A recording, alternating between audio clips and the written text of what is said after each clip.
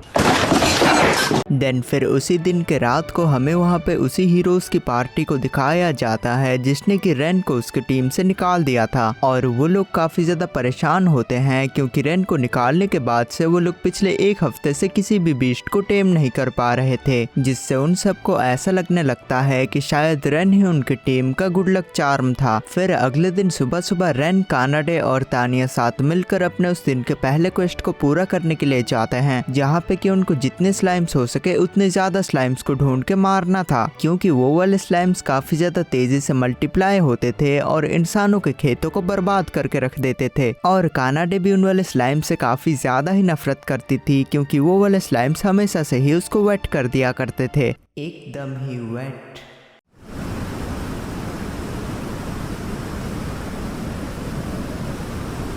फिर काफ़ी घंटे तक वहाँ पे किसी भी स्लाइम को ना ढूंढ पाने की वजह से रेन वहाँ पे ये फैसला करता है कि वो ऊपर जाकर चेक करते हुए और ज़्यादा स्लाइम्स को ढूंढेगा। इसीलिए वो जाकर वहाँ पे एक चिड़िया को ढूंढकर उसके ऊपर एक मैजिकल स्पेल कास्ट करने लगता है, जिससे कुछ ही देर बाद वहाँ पे अचानक से रेन की बॉडी बेजान होकर नीचे गिर जाती है, जो देखकर कानाडे और तानिया वहाँ पे काफ़ी ज़्यादा डर जाते हैं कि कहीं उनके मास्टर को कुछ हो तो नहीं गया। देन उस वक्त थोड़ी ही दूर से रेन वहाँ पे उस चिड़िया की बॉडी से उन दोनों वेव करता है और उनको समझाते हुए बोलता है कि उसने एक मैजिकल स्पेल का इस्तेमाल करते हुए अपने बॉडी की कॉन्शियसनेस को निकालकर इस चिड़िया की बॉडी के अंदर डाल दिया है। फिर रेन वहाँ से और ज्यादा स्लाइम्स को ढूंढने के लिए उड़ते हुए चला जाता है और कुछ ही मिनट्स बाद वो वहाँ पे काफी सारे स्लाइम्स को ढूंढ लेते हैं, जहाँ पर कि इससे पहले कानाडे उन वाले स्लाइम्स के ऊपर एक बड़ा सा पत्थर को चल पाती। तानिया वहाँ पे उसको रोक लेती है और रेन से पूछती है कि क्या उसको मैजिक इस्तेमाल करना आता है, और जब रेन उसको मना कर देता है तो फिर तानिया उन वाले स्लाइम्स के ऊपर उसको अपने मैजिक का इस्तेमाल करने के लिए बोलती है, जो सुनकर रेन वहाँ पे ये श्योर तो नहीं था कि वो मैजिक का इस्तेमाल कर भी पाएगा या नहीं, पर जब वो वहाँ पे ये कोशिश करता है तो फिर वो वहाँ पे एक इतना बड़ा सा फायर बॉल कास्ट कर देता है कि उसके एक ही हमले में वहाँ पे जितने भी सारे सैकड़ों स्लाइम्स थे वो सभी के सभी मर जाते हैं। इसीलिए तब तानिया वहाँ पे बोलती है कि उसको इसी की उम्मीद थी, क्योंकि जब उसने कानाडे को टेम किया तो फिर उसके पास कानाडे की फिजिकल स्ट्रेंथ आ गई और जब उसने उसे टेम किया तो फिर अब उसके पास तानिया की मैजिकल पावर्स भी आ चुकी है, जिससे अब वो इस दुनिया का second most powerful magical user बन चुका है। फिर वहाँ से अपने उस वाले क्वेस्ट को कंप्लीट कर अपने होटल में वापस आने के बाद कानाडे और तानिया रेन से पूछते हैं कि उसकी लाइफ स्टोरी क्या है और वो यहाँ तक कैसे पहुँचा। इसीलिए रेन को वहाँ पर उन दोनों को अपनी पुरानी जिंदगी के बारे में बताना पड़ता है कि उनका गाँव एक काफी ज्यादा खुशहाल गाँव हुआ करता था, जहाँ पर कि हर कोई एक बीस्ट टेमर था। इसीलिए वो बचपन से ही सारे बीस्ट से काफी ज्यादा फेमिलियर है। पर ये जो खुशी के दिन थे ये ज्यादा दिनों तक नहीं चले, क्योंकि जब वो 12 साल का हुआ था तब उसके पापा ने उसको ये परमिशन दे दी थी कि अब वो अकेले जाकर बीस्ट्स को टेम कर सकता है। इसीलिए जाकर वो उस पूरे दिन बीस्ट्स को ही टेम करता रहता है। पर जब वो रात को अपने गाँव वापस आने लगता है तो फिर वो देखता है कि उसके गाँव के हर तरफ बस आग ही आग लगी हुई है, और उस वाले इंसिडेंट के बाद से सिर्फ वही एक लौता सर्वाइवर था था जो कि उस वाले अटैक को सरवाइव कर पाया था। देन उसके बाद से उसको एडवेंचरस पालने लगते हैं क्योंकि उसका घर गांव सब कुछ तबाह हो चुका था और वो सब लोग उसको बस एक स्लेव की तरह ही ट्रीट किया करते थे। पर जब काफी सालों बाद वो थोड़ा सा बड़ा हुआ तो फिर उनके पास वहाँ पे एक हीरोज की पार्टी आई जो कि रेन को अपने साथ ले जाना चाहती थी और रेन भी उन लोगों के साथ चला जाता है इस उम्मीद में कि शायद अब उसकी जिंदगी अच्छी होने लग जाएगी। पर अफसोस कि ये सच्चाई से काफी ज्यादा दूर था क्योंकि वो लोग भी उसको काफी ज्यादा बुरा ट्रीट करते हैं और हर कोई उसको बस बुली ही कर रहा था। तब रेन वहाँ पे कानाडे और तानिया को सॉरी बोलता है उनको उसकी इतनी ज्यादा बुरी और घटिया स्टोरी सुनाकर दुखी करने के लिए। पर कानाडे वहाँ पे रेन के हाथ को होल्ड करती है और उससे बोलती है कि अब उसको फाइनली ये रियलाइज हो रहा है कि वो हमेशा से ही दूसरों को प्रोटेक्ट करने की कोशिश क्यों करता रहता है ताकि उसने अपनी जिंदगी में जो कुछ भी झेला है वो सब कुछ फिर कभी दोबारा किसी और को न झेलना पड़े। और तानिया रेन के हाथ को पकड़ के बोलती है कि वो सच्ची में काफी ज्यादा अच्छा इंसान है और उसको इस बात की खुशी है कि वो उसका मास्टर है। फिर काफी देर तक बातचीत करने के बाद आखिरकार वो तीनों जाते हैं अपने कमरे में सोने के लिए, जहाँ पर रेन उस होटल की ओनर को वहाँ पे बुला के बोलता है कि भले ही वो उससे 2-3 गुना ज्यादा पैसे ले ले पर वो उसको कोई दूसरा कमरा दे दे क्योंकि इस कमरे के अंदर अब 2 लड़कियां भर चुकी हैं। बट वो ओनर वहाँ पे रेन के हैंड पे टैप करते हुए उससे बोलती है, अरे बेटा यही तो उम्र है मजे करने का, मैं पैसे लेकर क्या करूंगी, तू मजे कर बेटा, मैं जाती हूँ चाय बनाने। इसलिए रेन वहाँ पर उन दोनों को उस बेड के ऊपर सुला देता है और खुद जाकर वो नीचे सो जाता है। ये देखते हुए तानिया वहाँ पे बिल्कुल हैरान रह जाती है और उसको अपनी आंखों पे यकीन ही नहीं होता कि रेन सच में इतना ज्यादा अच्छा लड़का है। वो उन दोनों को ऊपर बेड पे सुलाकर खुद जाकर वो नीचे सो गया, जबकि इस कमरे के सारे पैसे वही दे रहा था। देन अगले दिन जब वो तीनों साथ मिलकर अपने अगले वाले एडवेंचर की तरफ जा रहे थे तभी उनका सामना वहाँ पे रेन के पुराने हीरो वाले टीम से हो जाता है जिन्होंने कि उसको अपनी टीम से निकाल दिया था। तो वो लोग वहाँ पे फिर से रेन को अपनी टीम में आने का ऑफर देते हैं और दूसरे हीरोज वहाँ पे रेन से बोलते हैं कि उसे तो खुद को खुशनसीब मानना चाहिए कि उसको एक और दूसरा मौका मिल रहा है। पर रेन उनसे बोलता है कि अब वो अपने उस पुरानी जिंदगी में वापस नहीं जाना चाहता तो इसीलिए वो लोग अपने लिए किसी और को ढूंढ लें। देन तानिया वहाँ पे उन सभी हीरोज से रेन से माफी मांगने के लिए बोलती है जो उन्होंने रेन को इतने सालों से परेशान कर रखा है और अगर वो चाहे तो वो अपने एक ही हमले से उन सभी के चिथड़े उड़ा सकती है, पर वो बस इसीलिए रुकी हुई है क्योंकि वो अपने मास्टर को अपसेट नहीं करना चाहती। ये सुनकर उस हीरोज पार्टी का लीडर गुस्से में आ जाता है और आकर रेन का कॉलर पकड़ के उससे बोलता है कि वो जरा अपने पेट्स को काबू में रखे क्योंकि भले ही वो डेमी ह्यूमन ही क्यों ना हो पर फिर भी वो जानवर ही है। ये सुनकर रेन वहाँ पर गुस्से में उस हीरो के चेहरे पे एक खींच के घूसा मारता है जिससे वो वाला हीरो उनसे काफी ज्यादा दूर जाकर गिरता है एंड उस चीज से वो वाला हीरो वहाँ पे काफी ज्यादा हैरान नजर आता है क्योंकि रेन तो काफी ज्यादा कमजोर हुआ करता था, वो कब से इतना ज्यादा ताकतवर होने लग गया। और रेन उससे बोलता है कि फिर कभी भी वो उसके दोस्तों के बारे में कुछ भी उल्टा सीधा ना बोले वरना फिर अगली बार वो इससे और भी ज्यादा जोर से उसे मारेगा। तो इस चीज से वो हीरोज का लीडर वहाँ पे काफी ज्यादा गुस्से में आ जाता है और रेन को वहाँ पर एक फाइट के लिए चैलेंज करता है। देन जब वहाँ पे उन लोगों की फाइट स्टार्ट होने वाली थी तभी वो हीरोज का लीडर वहाँ पे रेन से बोलता है कि ये बेवकूफी होगी कि तुम एक हीरोज के लीडर से पंगा लो, इसीलिए तुम्हारे पास अब भी मौका है, तुम चाहो तो अब भी मुझसे माफी मांग सकते हो और मैं तुमको अपने हीरोज की टीम में ज्वाइन करवा लूंगा। पर इससे पहले कि वो वहाँ पर अपनी बात को पूरी कर पाता वहाँ पर रेन आकर उसके चेहरे पे एक घूसा जड़ देता है और उससे बोलता है कि उसके पास इन फालतू बातों के लिए बिल्कुल भी टाइम नहीं है, वो जल्दी से फाइट शुरू करे। जिससे वहाँ पे उन दोनों के बीच में काफी ज्यादा घमासान फाइट स्टार्ट हो जाती है जहाँ पर उस हीरोज के लीडर को लड़ने में काफी ज्यादा मुश्किलें आ रही थी पर रेन तो काफी ज्यादा आराम से लड़ रहा था, जिससे देखते ही देखते रेन वहाँ पे उस वाले हीरो को काफी ज्यादा आसानी से हरा देता है। तब वहाँ पे उस वाले फाइट को कंप्लीट करने के बाद वो तीनों साथ मिलकर जंगल में और ज्यादा आगे जाने लगते हैं क्योंकि उनको आज के क्वेस्ट के अंदर घने जंगलों के बीच में जाकर एक मैजिकल ट्री को ढूंढना था जिसके पास से उनको होली शील्ड मिल सकता था जिसका इस्तेमाल करते हुए वो लोग डीमन लॉर्ड तक को हरा सकते थे। पर काफी ज्यादा ढूंढने के बाद भी उनको वो वाला मैजिकल ट्री नहीं मिलता, इसलिए रेन वहाँ पर अपने मैजिकल स्पेल का इस्तेमाल करते हुए अपनी कॉन्शियसनेस को फिर से वहाँ की एक चिड़िया के अंदर डाल देता है और उड़ते हुए उस जंगल में हर तरफ उस मैजिकल ट्री को ढूंढने लगता है। एंड काफी घंटों के बाद वो लोग फाइनली जाकर उस मैजिकल ट्री के सामने पहुंच ही जाते हैं। पर जब वो लोग उस मैजिकल ट्री के और ज्यादा करीब जाने लगते हैं तो तब उस मैजिकल ट्री के अंदर से वहाँ पे एक फेरी बाहर आती है जो कि एक अल्टीमेट स्पीसीज से भी ज्यादा रेयर थी, वो एक डेमिगॉड वाली फेरी थी। जो कि इतनी ज्यादा रेयर थी कि उसको इतिहास में पिछले 400-500 सालों तक भी किसी ने नहीं देखा था। तो रेन उस वाले फेरी के पास जाता है और वो उससे जाकर बोलता है कि उसे उससे वो होली शील्ड चाहिए जिसका इस्तेमाल करते हुए वो इंसानों को डीमन लॉर्ड से बचा सके। पर उस फेरी को रेन के उस वाले बात पे यकीन नहीं होता और वो सोचती है कि जबकि ये वाला हथियार इतना ज्यादा ताकतवर है तो फिर रेन इसको लेकर इसका गलत इस्तेमाल ही करेगा। इसीलिए वो वहाँ पे रेन के ऊपर हमला करने लग जाती है, जिससे रेन को वहाँ पे काफी ज्यादा चोटें भी लग रही थी। पर रेन दोबारा पलट के उसके ऊपर हमला नहीं करता, क्योंकि अगर वो उसके ऊपर हमला करने लग गया तो फिर वो उसका भरोसा कैसे जीतेगा। पर जब रेन उसके उन वाले हमलों से काफी ज्यादा जख्मी हो जाता है तो फिर उसकी जान बचाने के लिए उसके सामने वहाँ पे तानिया और कानाडे आ जाते हैं एंड उस फेरी से बोलते हैं कि रेन सच में एक काफी ज्यादा अच्छा इंसान है, वो कभी भी हथियारों का गलत इस्तेमाल कर ही नहीं सकता। और ये देखकर उस फेरी को धीरे धीरे कर रेन की बातों पे यकीन होने लग जाता है, क्योंकि दो लेजेंडरी अल्टीमेट स्पीसीज वहाँ पे रेन को प्रोटेक्ट कर रही थी, जो कि करप्ट इंसान के आसपास तक भटकना पसंद नहीं करती। इसीलिए वो धीरे से वहाँ पे रेन के पास जाती है और उसकी तरफ अपना हाथ बढ़ा के अपने आप को इंट्रोड्यूस करती है सोरा नाम से। और रेन के वहाँ पे सोरा को सारी चीजें एक्सप्लेन करने के बाद कि उनको वो वाली शील्ड क्यों चाहिए, तो सोरा भी वहाँ पे वो अपनी मैजिकल शील्ड रेन को देने के लिए मान जाती है। पर जब रेन, कानाडे और तानिया उसके उस वाले शील्ड को लेकर वहाँ से जा ही रहे थे कि रेन वहाँ पे ये नोटिस करता है कि सोरा के उसके वो शील्ड दे देने के बाद वो वहाँ पे काफी ज्यादा अपसेट और दुखी हो चुकी है। इसीलिए वो उसके पास जाता है और उससे पूछता है कि क्या हुआ, वो इतनी ज्यादा दुखी क्यों है, क्या वो इसलिए अपसेट है कि वो उसके हथियार को ले जा रहे हैं। तब सोरा वहाँ पर रेन को कुछ बताने की कोशिश करती है, पर वो बीच में ही वहाँ पर रुक जाती है, ये सोचते हुए कि कहीं उसकी ये बताने के बाद रेन उसकी वजह से मुसीबत में न पड़ जाए। बट रेन वहाँ पर सोरा को आश्वासन देते हुए उससे बोलता है कि भले ही कुछ भी हो जाए वो उसकी मदद जरूर करेगा, क्योंकि उसने इंसानियत को बचाने के लिए अपना सबसे खास हथियार ज्यादा न सोचते हुए इंसानों के हाथों में दे दिया। इसीलिए तब धीरे धीरे कर सोरा वहाँ पे अपनी परेशानी बताने लगती है कि दरअसल उसकी एक रूना नाम की छोटी बहन हुआ करती थी और वो दोनों साथ मिलकर इस वाले मैजिकल ट्री की प्रोटेक्शन किया करते थे। पर एक दिन किसी वजह से उन दोनों को अपने इस प्रोटेक्टिंग एरिया को छोड़कर बाहर जाना पड़ा, जिस मौके का फायदा उठाते हुए वहाँ पे एक डीमन नाइट ने उसकी छोटी बहन को किडनैप कर लिया है और वो उस होली शील्ड वाले हथियार का इस्तेमाल करते हुए अपने छोटी बहन को उस वाले डीमन नाइट से बचाकर वापस लाना चाहती थी। पर अब नहीं लगता कि ये मुमकिन हो पाएगा। पर वहाँ पर रेन जाकर उसके आंसू पोंछता है और उससे बोलता है कि वो फिक्र ना करे, वो उसकी छोटी बहन को जरूर बचा के लाएंगे, क्योंकि वो जितना कमजोर दिखते हैं उतने भी ज्यादा कमजोर नहीं है। ये सुनकर सोरा जाकर रेन को हक करके रोने लग जाती है, जिन आंसुओं को वो काफी टाइम से छुपा कर रख रही थी। तो वो सब लोग साथ मिलकर सोरा की छोटी बहन रूना को बचाने के लिए जाते हैं, जिनको उसकी तरफ आता हुआ देखकर वो डीमन नाइट वहाँ पे रेन से बोलता है कि क्या वो कोई एक हीरो या फिर एडवेंचरर है जो कि यहाँ पे इस फेरी को बचाने के लिए आया है। तो रेन उससे बोलता है कि वो उसको हीरो या एडवेंचरर बोल के उसकी बेइज्जती मार रहा है। तो उनके बीच में वहाँ पे लड़ाई स्टार्ट हो जाती है और वो डीमन नाइट वहाँ पे सून ही रियलाइज कर लेता है कि वो उनको नहीं हरा पाएगा। इसीलिए वो वहाँ पर धोखे से जाकर रोना के ऊपर हमला करने की कोशिश करता है। पर उनके बीच में वहाँ पे तानिया आ जाती है, जो कि वहाँ पे उसके हमले को रोक कर रोना को बचा लेती है। फिर कानाडा जाकर उस वाले नाइट के ऊपर अपना एक फाइनल और आखिरी हमला करती है और उसको मार गिराती है। तो वहाँ से वापस आने के बाद सोरा और रूना रेन के साथ जाने की इच्छा जताते हैं, क्योंकि उनका गांव भी पूरी तरीके से तबाह हो चुका है और उनके पास रहने के लिए अब कोई भी जगह नहीं है। ये सुनकर रेन वहाँ पर उनकी बात को मानते हुए उनको टेम करने के लिए तैयार हो जाता है। पर टेम करते हुए ही वो वहाँ पे ये रियलाइज करता है कि आज तक के ह्यूमन हिस्ट्री में कभी भी किसी ने भी एक फेरी को टेम नहीं किया था। इसीलिए वो इस बात पे कंफ्यूज भी होता है कि क्या उस जैसा इंसान एक फेरी को टेम कर पाएगा। और जब उसका वो टेमिंग प्रोसेस खत्म होता है तो वो सच्ची में एक फेरी को टेम कर लेता है। उसके बाद फिर वो लोग वहाँ से अपने एडवेंचरर गिल्ड में वापस आ जाते हैं अपने उस होली शील्ड वाले हथियार को रजिस्टर करने के लिए। पर जब वहाँ पे वो हीरोज की पार्टी रेन के हाथ में वो होली शील्ड वाला हथियार देखती है तो उनको तो यकीन ही नहीं होता कि रेन जैसा तुच्छ मुच्छ सा इंसान एक होली शील्ड तक एक्वायर कर सकता है। इसलिए वो लोग जाकर वहाँ के अथॉरिटीज को ये रिक्वेस्ट करते हैं कि वो लोग रेन के इस होली शील्ड वाले हथियार को एग्जामिन करें, क्योंकि उनको ये पूरा यकीन है कि ये वाला हथियार पूरी तरीके से फेक होगा। पर जब वहाँ के अथॉरिटीज उस वाले हथियार को एग्जामिन करते हैं तो फिर वो लोग वहाँ पे ये पूरी तरीके से अश्योर कर देते हैं कि ये वाला हथियार पूरी तरीके से रियल है। ये सुनकर उस हीरो पार्टी का लीडर वहाँ पे गुस्से में बिल्कुल पागल हुए जा रहा था कि एक ऐसा इंसान जो पहले कभी उनकी टीम में बर्तने धोया करता था आज वो इतना ज्यादा ताकतवर और सक्सेसफुल कैसे हो सकता है। इसलिए फिर वो हीरोज की टीम दोबारा से वहाँ पे रेन को ऑफर करती है उनकी टीम में वापस आने के लिए। और और वो लोग वादा भी करते हैं कि इस बार वो लोग उसको काफी ज्यादा अच्छे से ट्रीट करेंगे। पर रेन उन सबसे बोलता है कि नहीं, अब वो उनकी टीम में नहीं आ सकता क्योंकि अब उसकी एक खुद की टीम है और वो उन सबको अकेला छोड़ के नहीं जा सकता। और इन सभी बातों से वहाँ पे उस हीरोज की पार्टी का लीडर वहाँ पे इतना ज्यादा गुस्सा हो जाता है कि वो ये फैसला करता है कि चाहे कुछ भी हो जाए वो रेन और उसकी पूरी टीम को मार के ही रहेगा। इसीलिए वो जाकर एक दूसरे आदमी को हायर करता है जो कि रेन और उसकी पूरी टीम को मार सके, और साथ ही साथ वो वहाँ पे उसको एक श्रापित अंगूठी भी देता है जिससे वो रेन के साथ जब फाइट करे तो फिर वहाँ पे एक डीमन लॉर्ड समन हो जाए। और इस बात से उस हीरोज के लीडर को कुछ भी फर्क नहीं पड़ता कि हो सकता है कि इस कोशिश के अंदर वो डीमन लॉर्ड सारी इंसानियत का खात्मा कर दे। उसको तो कैसे ना कैसे भी करके बस रेन से बदला लेना था। तो वो आदमी वहाँ पे रेन के ऊपर हमला करने के लिए जाता है, पर इन्हीं सभी लड़ाइयों के बीच में गलती से वहाँ पे वो डीमन लॉर्ड समन हो जाता है, जिसको देखकर डर के मारे रेन वहाँ पर अपनी उसी जगह पे ही जम जाता है, क्योंकि असल में ये वही डीमन लॉर्ड था जिसने कि उसके बचपन में उसके पेरेंट्स और उसके पूरे गाँव वालों को तबाह करके उसकी पूरी जिंदगी बर्बाद कर दी थी। तो रेन वहाँ पर उस डीमन लॉर्ड से लड़ने लगता है, पर उसको वहाँ पे काफी ज्यादा मुश्किलें सामने आ रही थी क्योंकि वो डीमन वहाँ पे सबसे लड़ने के लिए काफी सारे मॉन्स्टर्स को बस समन ही करे जा रहा था। और ये सब चीजें वहाँ पे वो सारे गाँव वाले भी देख रहे थे कि कैसे रेन और उसकी पूरी टीम अपनी जान पर खेल के इंसानियत को बचाने की कोशिश कर रही है, जिससे वहाँ पे उन सबको धीरे धीरे करके ये रियलाइज हो जाता है कि असल में इंसानियत के लिए श्रापित रेन नहीं बल्कि वही वो इंसान था जो कि उनको बचाने की कोशिश कर रहा था। इसीलिए वो सारे गाँव वाले वहाँ पे अपने हाथों में हथियार लेकर रेन की मदद करने के लिए आते हैं, जहाँ पे वो गाँव वाले सारे डीमन सिपाहियों को संभाल रहे थे और रेन जाकर वहाँ पे डीमन लॉर्ड से लड़ रहा था, जिससे लड़ते लड़ते काफी देर के भारी संघर्ष के बाद रेन वहाँ पर आखिरकार उस डीमन लॉर्ड को हराकर इंसानियत को बचा ही लेता है। और वहाँ पे डीमन लॉर्ड के मरते ही एक सुंदर सनराइज के साथ सारी बुराइयों का अंत हो जाता है और वो लोग जाकर सारे गाँव वालों की चीजों को ठीक करने में मदद करते हैं जो कुछ भी उस डीमन लॉर्ड के हमले में टूट फूट गए थे। और गाइस, अगर आपको ये वाली कहानी पसंद आई है तो अभी के अभी स्क्रीन पे बने हुए वीडियो पे क्लिक करो, जिसके अंदर की मैंने एक गरीब से फार्मर बॉय की कहानी बताई है जिसको कि गलती से एक दिन कुछ ऐसी ताकतें मिल जाती है जिससे कि वो एक लिटरल गॉड बन जाता है।